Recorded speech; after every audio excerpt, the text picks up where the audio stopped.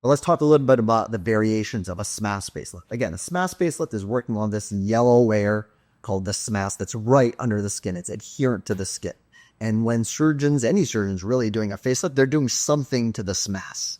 So the variations for SMAS facelift surgeons are something called a SMAS plication. When they see the SMAS, they don't even make any cuts on it, but they just put some stitches to try and tuck it out. But when you do that, it kind of accordions on it something. There's a lot of tension. It's a lot of pressure. It wants to spring back down, and that's generally what happens. It'll look good for a bit, and then it'll fall right back down.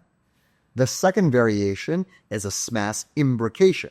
In that surgery, they'll cut out a little wedge here, football-shaped wedge of the SMAS to take away some of the accordion effect, but then put stitches in, but it's still under tension because it's not released. So it'll do a little bit better, but also, eventually, that'll stop and bounce right back down.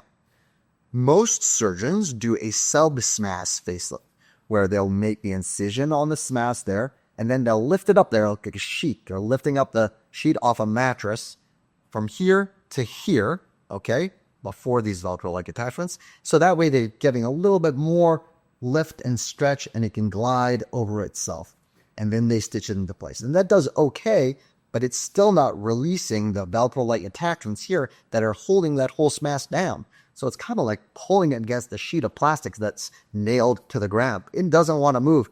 All it's going to do is cause some contour deformities and folds and funny pulls.